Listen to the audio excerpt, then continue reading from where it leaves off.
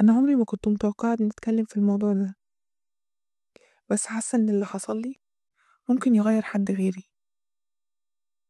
أنا كنت مكسورة، مكسورة بجد.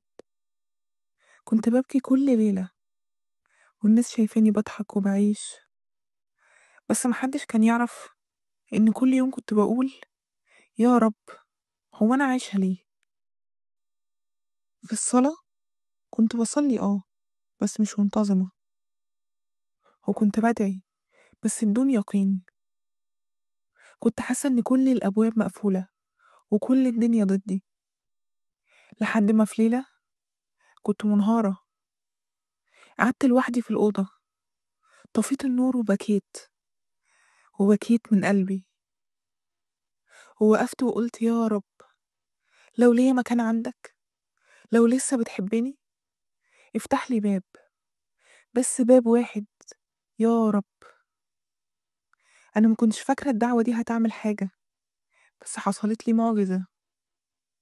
تاني يوم جالي تليفون شغل كنت مستنياه من شهور.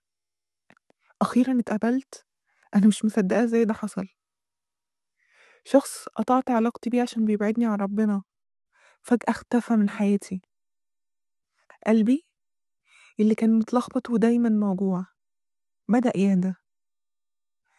أنا ما كنتش فاهمة، بس بعد كذا يوم وأنا بصلي حسيت إن في حاجة بتقول جوايا ربنا سامعك، ربنا بيحبك وبيستناكي تدعيه.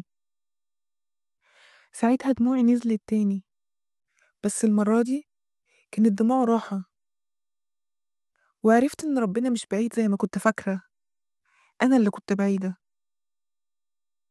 ومن يومها كل ليلة قبل ما أنام بدعي بنفس اليقين، بقول يا رب، مهما كان قلبي تعبان، أنا واثقة إنك شايفني وسامعني، وهتفرجها في الوقت اللي انت شايفه خير ليا. انت بتسمعني دلوقتي وحاسس ان الدنيا قافلة، وحاسس انك لوحدك. جرب تدعي، بس تدعي من قلبك مش من لسانك. ربنا مش بيخيب ظن عبد دعاه بيقين، بس المشكلة ان احنا بندعي من غير ما نصدق ان ربنا فعلا قادر على كل شيء.